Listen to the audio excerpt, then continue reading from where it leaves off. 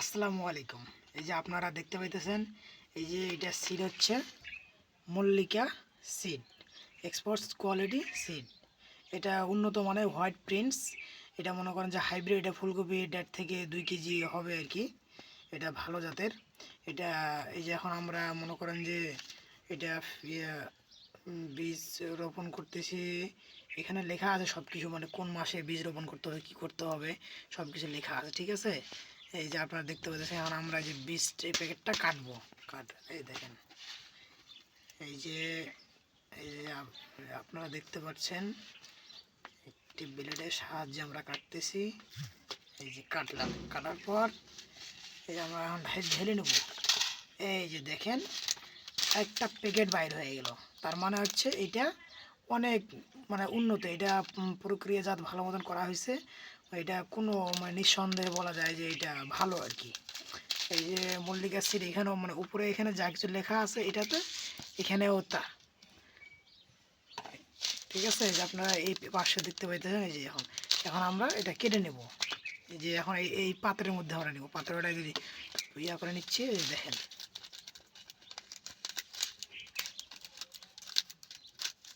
এই যে আমরা প্যাকেটটি কেটে নিলাম। নেওয়ার পরে যে এখন বিচিগুলো এই যে ঢালতেছে, যে আপনারা দেখেন, এই যে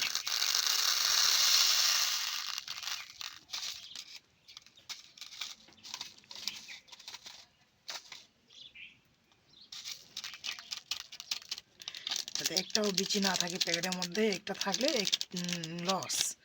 এই যে এখন এটা এগুলো সরাই দিলাম। এখন সরানোর পর এই যে প্রতিটা যে ট্রে, প্লাস্টিক ট্রে বা সিডলিং ট্রে যেটাকে বলা হয়, ট্রের মধ্যে আমরা আগে যে অর্ধেক অর্ধেক করে এই কোকোপিট, যেটা মিডিয়া বলা হয়, এগুলো আমরা অর্ধেক করে দিয়ে দিছি। দেওয়ার পর চাপ দিয়ে দিছি, দিয়ে এখন আমরা এই যে প্রতিটা স্কোপে একটি একটি করে বিচি দিব।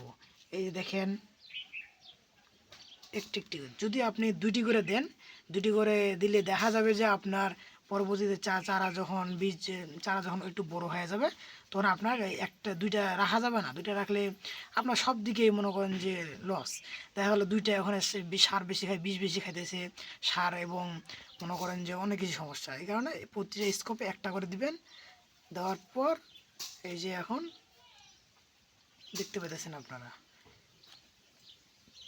দেওয়ার পর যখন আচ্ছা আপনারা দেখতে থাকেন, আমি দিতেছি, তারপর আমি দেখাইতেছি কিভাবে এটি ঢেকে দিতে হবে, ঠিক আছে। আপনারা দেখতে থাকেন।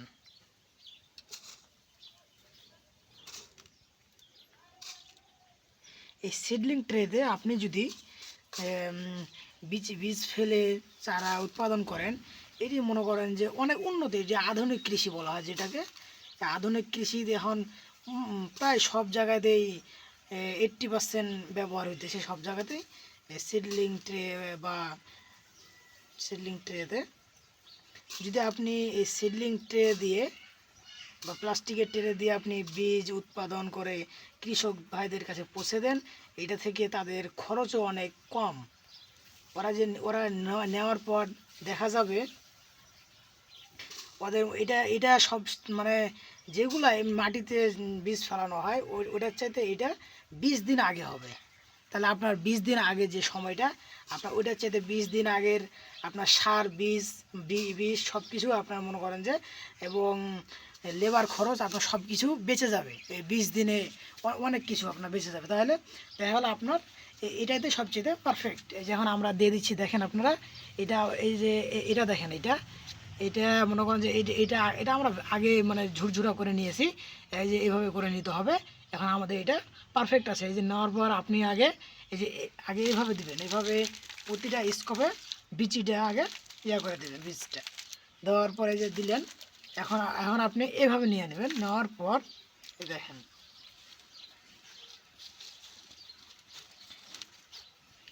যাতে বীজগুলা যাতে উপরে উঠে না যায় সেভাবে আপনাকে এগুলো দিতে হবে, ঠিক আছে। এই যে দেখতে পাইতেছেন, এই যে দিলাম, এই যে পুরোটা হয়ে গেছে। দেওয়ার পর একটা লাঠি বা যে কোনো সাহায্য নেবেন, নিয়ে এই যে এইভাবে আপনারা করবেন। এইভাবে দেওয়ার পর এই দেখেন যে আবার অনেক সময় দেখা যায় যে এইভাবে টান দেওয়ার সময় এই বীজি সহ উঠে যায়, কিন্তু না, এটা করানো যাবে না। এই যে এইভাবে দেওয়ার পর আপনারা দেখতেছেন, এইভাবে দেওয়ার পর এই যে এইভাবে দিয়ে এই যে এটা আপনার হয়ে গেল, ঠিক আছে। এখন এটা এটা এটা হচ্ছে ফুলকপি হোয়াইট প্রিন্স। এটা গাছ বের হইতে সময় লাগে না, জাস্ট আজকে মনে করেন যে এটা যদি রোদ্রে রাখে দেন দেখবেন যে 2-1 দিনের মধ্যে এটা বের হয়ে গেছে। এই যে এটা আমাদের কাজ শেষ। এটা আমরা যদি এখন রেখে দিই এভাবে দিয়ে রোদ্রে আমরা দিয়ে দেবো, দেওয়ার পর দেখবেন যে 2-1 দিনের মধ্যে এটা বের হয়ে গেছে। ওকে, আসসালামু আলাইকুম।